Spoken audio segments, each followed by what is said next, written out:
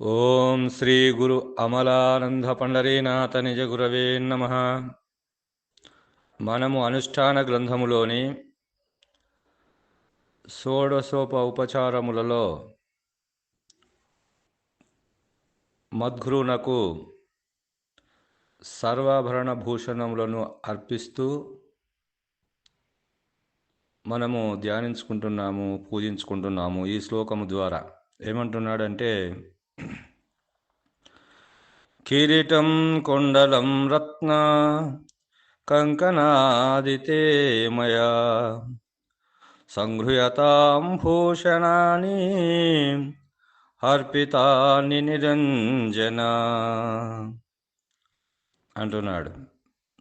ఓ నిరంజన, నీకు రత్నములో మణులతో పొదిగినటువంటి కిరీటమును, కుండలములు అనగా చెవులకు మకర కుందనములు, మరి చేతికి ముంజేతి రత్న కంకణములు నాచే తేబడినవి ఓ స్వామి. ఈ భూషణములు నీవు ధరించుము అని చెప్తున్నాడు ఇక్కడ.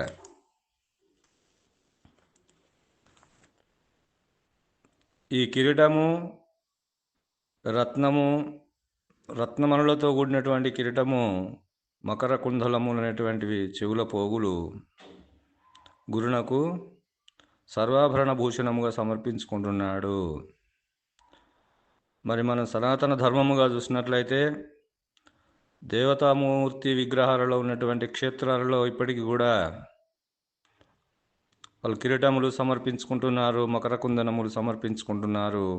మరి వారికి భూషణములు కూడా ఈ యొక్క కనక బంగారముతో చేసినటువంటివి కూడా ఇప్పటికీ సమర్పించుకొని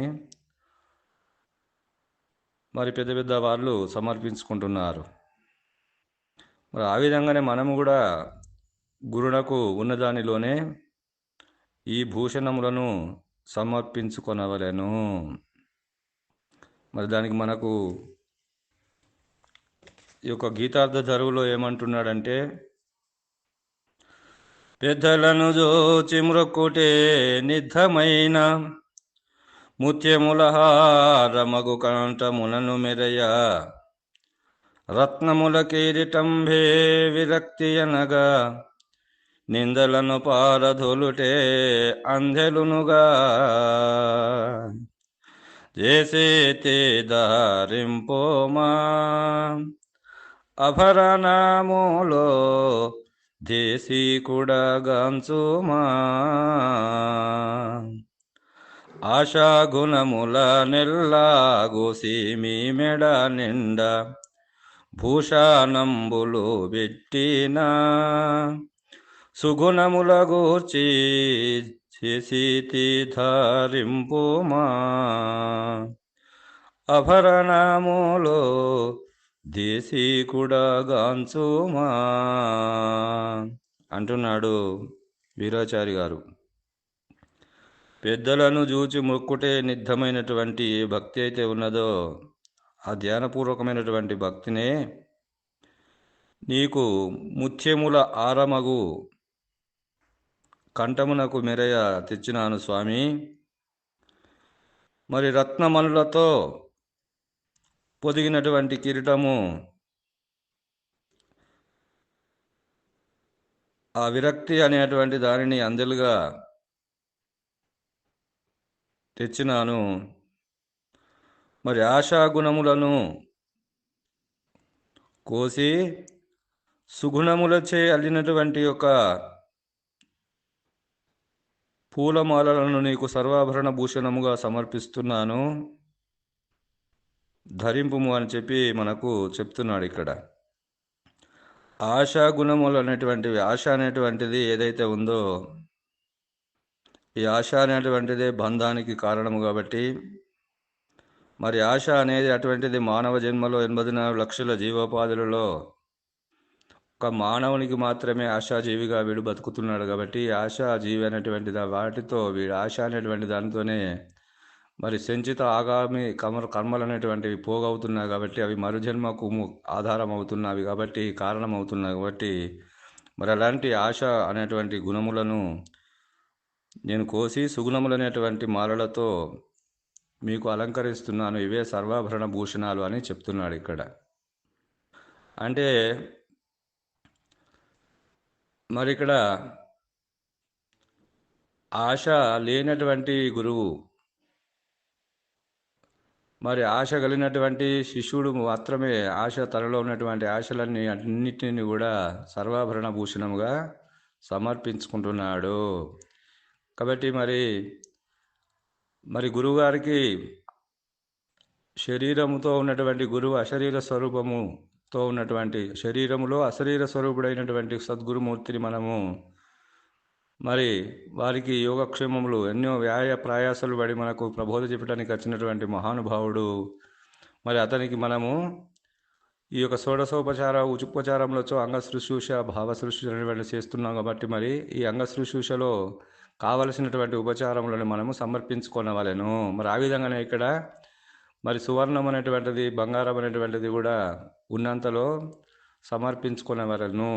కొంతమంది మరి ఇక్కడ గురువులకు కూడా ఈ ప్రాంతంలో మరి భీమయారులు అనేటువంటి మా దగ్గర గురువు ఉండేటువంటి మహానుభావుడు, అతని శిష్యులందరూ కలిసి అతనికి కిరీటము మకర కుందనములు ఈ యొక్క కాళ్ళ అందలు కూడా వాళ్ళు సమర్పించుకున్నారు. అందరు కలిసి శిష్యులందరూ కలిసి సమర్పించుకున్నారు. మరి ఆ విధంగానే మరి ఇక్కడ మన గురువు చూసినట్లయితే ఆయన ఆశ లేనట్టి గురువు. ఇది పెట్టుమని, ఇది చెప్పు, ఇది చెయ్యమని, ఇది తినాలనేటువంటి కోరిక లేనటువంటి వాడు. మరి కొంతమంది గురువులు ఎట్లా ఉంటారు అని అంటే ఈ 5,000 ఇవ్వాలి, 10,000 ఇవ్వాలి, ఇవి నాకు పెట్టాలి అని చెప్పేటువంటి కోరేటువంటి గురువులు, ఆశ గురువులు ఎంతోమంది ఉన్నారు. ఎందుకంటే కొంతమంది గురువులను చూసినట్లయితే మనము కాళ్ళు మొక్కితే 5,000, పూజకు పిలిస్తే 10,000, మరి పూజ పెట్టుకుంటే 20,000 ఇట్లా ఇవ్వాలని కోరేటువంటి వాళ్ళు కూడా లేకపోలేదు, ఉన్నారు.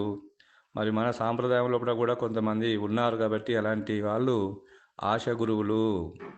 కాబట్టి ఆశా గురువులు అనేటువంటి వారికి మరి వీళ్ళు భ్రాంతి స్వరూపులే కానీ భ్రాంతిరహిత స్వరూపులు కాదు అని చెప్తున్నాడు ఇక్కడ. ఆశ అనేటువంటి దానికి కూడా మనకు భాగవత కృష్ణ దేశకేంద్రుల వారు కూడా ఒక కందార్థంలో చెప్తాడు. ఏమనంటే,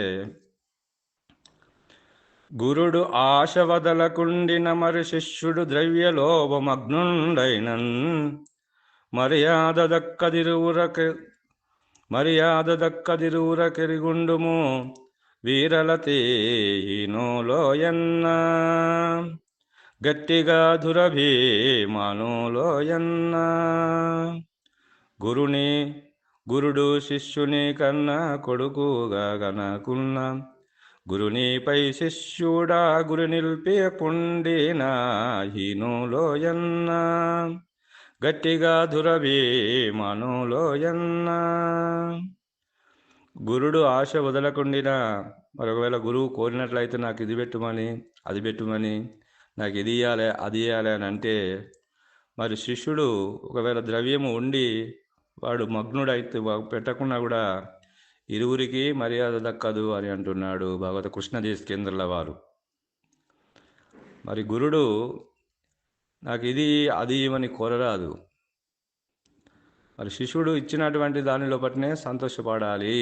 కాబట్టి మనం ఇక్కడ సర్వాభరణ భూషణములు అంటే ఏమేస్తున్నాము మరి ఇక్కడ అంటే మకర కుందనాలు, ఈ కిరీటము, ఈ హారము, అందెలు వేస్తున్నామా అంటే వేస్తలేము. ఏమేస్తున్నామంటే అతనికి మనం ఉన్నటువంటి ఒక పూలమాలలతో మన దగ్గర ఉన్నటువంటి పూలమాలలతో కంఠములకు హారముగా వేస్తున్నాము మాలని. మరి చేతులకు కడుతూ వేస్తున్నాము కదా, మరి పాదాల కాడ పెట్టి పూజిస్తున్నాము కదా. మరి ఈ పూలు అనేటువంటి వాటినే మనము గురువునకు సర్వాభరణ భూషణముగా పెట్టుకొని పూజించుకుంటున్నాము. గురుడు కూడా సంతోషపడుతున్నాడు. మరి అతనికి వచ్చినప్పుడు మరి ఆయన యోగక్షేమాల కొరకై దక్షిణ ఇచ్చి పంపించవలే, రానుపోను ఖర్చులకైనా. మరి గురువును చూసుకునేటువంటి బాధ్యత ఎవరిదంటే శిష్యులదే.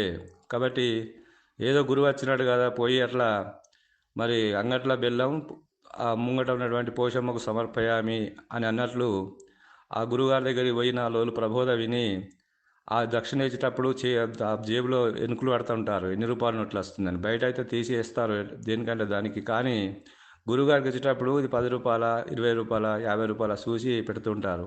ఒక్కొక్కరు అయితే 5 రూపాయలు, 10 రూపాయలు పెట్టినటువంటి రోజులు కూడా ఉన్నాయి, మేము చూసినాం. కాబట్టి అలాంటివి మరి ఆ ద్రవ్య లోభమగ్నుడైతే శిష్యునికి కూడా మర్యాద దక్కదు. కాబట్టి మరి గురువుని చూసుకునేది ఎవరు ఇక్కడ అంటే శిష్యుడే. కాబట్టి శిష్యుడు ఆ యొక్క ఆశ లేనటువంటి గురువు శరీరంతో ఉన్నప్పటికీ ఆ శరీరుడైనటువంటి గురువుని యోగక్షేమాలు చేసుకునేది శిష్య ప్రశిష్యులే. కాబట్టి అలాంటి గురువులు మనకు ఈ యొక్క మరి మాలలతో మరి కనక మణిమయ భూషణాలు మా దగ్గర లేవు. కాబట్టి ఉన్న వాటిని మనము అలంకరించుకొని పూజించుకుంటున్నాము. మరి అతడు ఆనందపడుతున్నాడు, మనం ఆనందపడుతున్నాము. మరి ఎన్నో కిరీటాలు, కోట్ల రూపాయల, వేల లక్షల రూపాయలతో మన కిరీటములతో చేసినటువంటి బంగారు భూషణములు పట్టుకపోయి దేవతామూర్తులకు వేస్తే వాళ్ళు ఏమైనా ఆనందపడుతున్నారా అంటే ఏమీ ఆనందం పడరు వాళ్ళు. కానీ ఇక్కడ గురుడు మరి నీవు ఆనందపడుతున్నాడు, నీవు ఆనందపడుతున్నావు. మరి నీకు అతని ఉన్నటువంటిది ఏ బోధ అయితే వింటున్నావో, నీవు లేని స్థితి అటువంటిది కలిగించేటువంటిదే పరిపూర్ణ గురువు, మద్గురువు. కాబట్టి ఎలాంటి గురువునకు మనము సర్వాభరణ భూషణములు అనేటువంటి మనలో ఉన్నటువంటి ఆశాపాశములు అనేటువంటి ఏవైతే ఉన్నాయో వాటిని అన్నిటి కూడా ఈ అతనిచే పొదుగబడినటువంటి గురుమూర్తిచే విన్నటువంటి ఏ సుగుణాలు అయితే ఉన్నావో ఆ సుగుణములు అనేటువంటివే మరి పూలుగా తీసుకొని వచ్చి మాలలుగా వేస్తున్నాడు వీరాచారి గారు. మరి ఇక్కడ మన గురువుగారు ఏమంటున్నాడంటే, కనకమణిమయ అష్టకం ఖనములివిగో, మంచి ముత్యాల హారములు మకర కుండంబులివిగో, రత్నాభరణంబులివిగో, ననుచు నర్పింతునా కోర్కెలన్నీ, ననుచు నర్పింతునా కోర్కెలన్నీ ఇప్పుడే అని గురువుగారు కూడా అదే మాట చెప్తున్నాడు. కాబట్టి అలాంటి గురువునకు మనము షోడశోపచార పూజలో ఈ యొక్క సర్వాభరణ భూషణాలని అర్పించుకుంటున్నామని తెలియజేస్తూ, శ్రీమద్గురునకు సర్వాభరణ భూషణాన్ సమర్పయామి అని మనము మద్గురుమూర్తిని ధ్యానించుకుంటున్నాము, ఈ యొక్క పూజించుకుంటున్నాము. సర్వాభరణ భూషణములు అనేటువంటివి మరి అర్పించుకొని మనము ధ్యానించుకుంటున్నాము. ఈ శ్లోకం ద్వారా పూజించుకుంటున్నామని తెలియజేస్తూ ఈ శ్లోక భావాన్ని ఇంతటితో ముగిస్తున్నాను. జై బోలో సద్గురు ప్రభు మహారాజుకు జై.